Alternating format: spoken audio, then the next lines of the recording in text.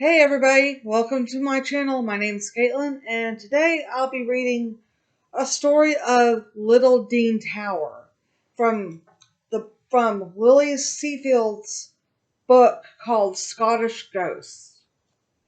Yes, it's not recent by any means. I got this in 5th grade, but the story is still scary, or at least creepy.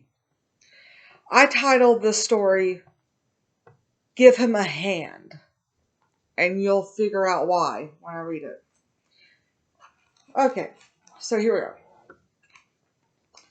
Littledean Tower stands close to the village of Maxton in Roxburghshire. The building dates from the 15th century. It has long been uninhabited, but it was at one time the stronghold of the Kerr family, one laird of Littledean, who lived in the tower in the 17th century, had a particularly bad reputation. The laird was, by all accounts, a thoroughly unsavory character. He drank heavily, mistreated his family and servants, and took great pleasure in playing an active part in the persecution of Covenanters in the district. He had a violent temper, and it is said that on one occasion he became so angry at the stable lad who had saddled and harnessed his horse improperly that he trampled the poor lad to death. The laird enjoyed entertaining his friends. The only people who could bear his company were those who shared his liking for excess and bad behavior, and they spent many raucous evenings drinking themselves incapable. The laird's wife, Margaret, lived a miserable life. Her husband was undeniably cruel in his treatment of her.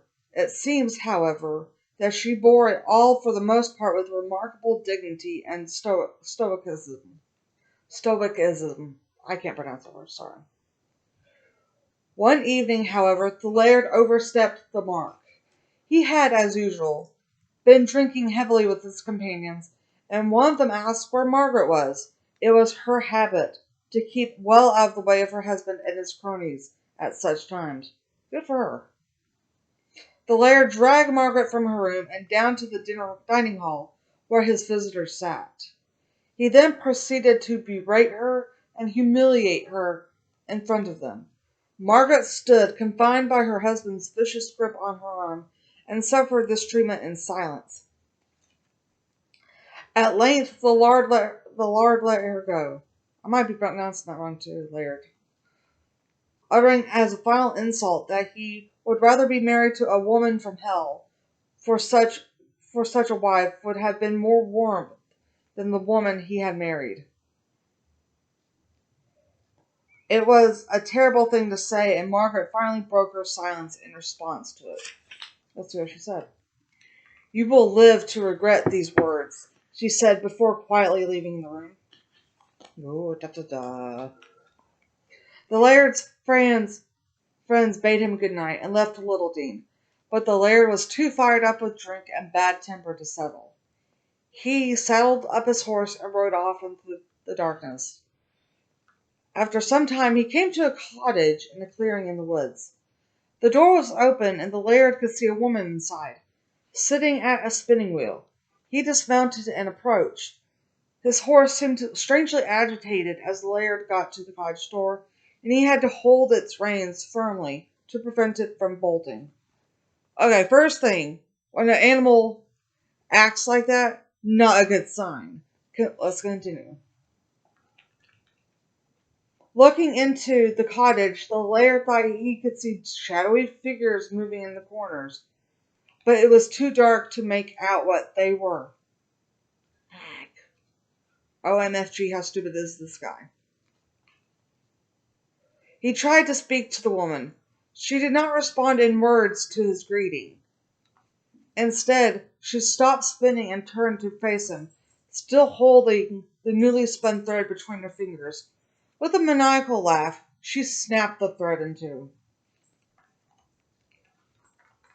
The laird saw no more, for at that point his horse took such fright and pulled him away with such force that he almost had to let go of the reins.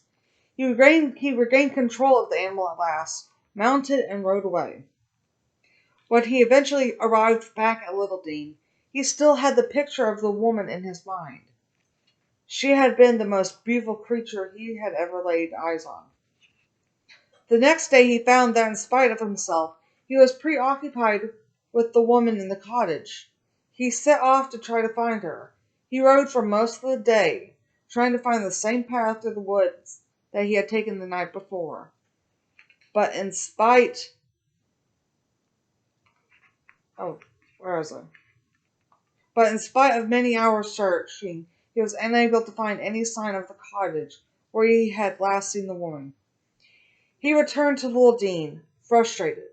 As he approached his home, however, he caught sight of a graceful figure standing in a glade by the river. It was the very woman for whom he had been searching.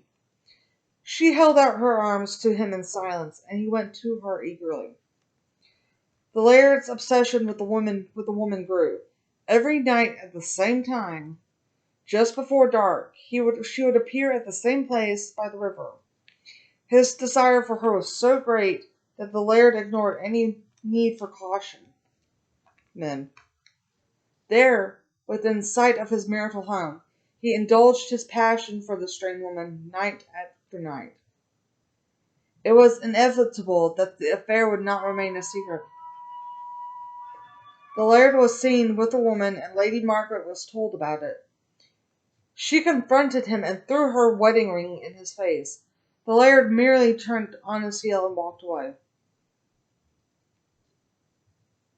Lady Margaret was ready to leave, but before she did, she wanted to find out who her husband's mysterious lover was. 2 men volunteered to go and search for the woman on her behalf. Good for them. That evening they went to the glade by the river, where the laird and the woman had been meeting, and after some time they caught sight of her. As they moved towards her stealthily, hoping to entrap her, she disappeared. A hare sped away from the place where she had been seen and ran far off into the distance. The 2 men returned to Lady Margaret to find her in a state of great consternation. The laird was missing. There was little point in mounting a search at this late hour, for it was too dark. They had no choice but to wait. It was far into the night when the laird's horse finally galloped up to the tower, carrying its master. The horse was sweating and exhausted. The laird was grim-faced and as white as a sheet. He was shaking as he told all those present what had happened to him. He had been riding towards home when he caught sight of a hare running alongside his horse. Before long, the hare had been joined by several others racing along beside him, in front of them and behind him. They leaped about around the feet of the horse and jumped to saddle height. The laird had been very frightened and had tried to first spur his horse on to outrun them, then to cut them down with the sword and trample them with the horse's hoofs. His efforts were in vain until his sword struck the paw of one hare, cutting it clean off. The paw had jumped in the air and landed in his pistol holder. The pack of hares had then suddenly withdrawn. By the time all this happened, the laird had ridden all the way to the village of Midland, a place notorious for witchcraft and many miles from his home.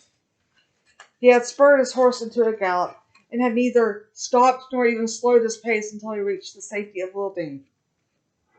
"Devils!" he muttered through chattering teeth. "Devils!"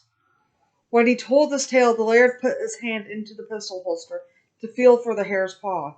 He screamed, quickly withdrawing his hand from the holster and throwing something down on the ground. "It grabbed me!" he cried. Lady Margaret looked down the thing that her husband had thrown from his holster. It was not a hare's paw, but the bloody severed hand of a woman. Da-da-da. The laird drew his sword and speared the hand. As he did so, it flexed very much as if it were alive. The laird took it, still impaled on the sword, out of the tower and made for the river. When he reached the water's edge, he hurled the bloody hand into the river's murky depths with all his might. He was very close to the spot where he and the mysterious woman had been meeting. And when he had thrown the hand into the river, he turned around and saw her, crouching beneath a tree. She lifted her head to look at him. To his horror, the laird saw that her face had been transformed into a hideous, wizened countenance with an evil leer. "You took my hand from me," she rasped. "Now it will be with you forever." The laird returned to the tower, still shaking. He collapsed into a chair by the fireside and put his hand into his pocket. The hand was there again. He threw it from the window in disgust and stumbled up to his bedchamber, hoping to find relief in sleep. But when he got into bed, he realized that he could feel something beneath the pillow on which his head lay. Putting his head under the pillow, he withdrew the hideous hand. By this time hysterical with fear, he threw the hand into the fire and hid himself beneath the covers. The laird did not appear downstairs the next morning. After some time, Lady Margaret sent servants up to wake him. Not a sound from the laird's bedroom, in spite of the servants' repeated knocking and calling. His door was locked, and they had to break it down to gain entry. When they finally managed to enter the room, they found the laird lying on the floor. He was dead. His face, far from appearing peaceful, had a look of unimaginable terror. His neck was bruised, and the bruises appeared to be the marks of fingers around the laird's neck. He had been strangled by the hideous hand. Well, now you see why I call it "Give Him a Hand." Just goes to show that you shouldn't mistreat your wife or any loved one for that matter. It will come back to you sevenfold, and you might pay dearly for it. Well, that was our dark tale for the day. I hope you got some chills from it. Well, have a good evening and blessed be.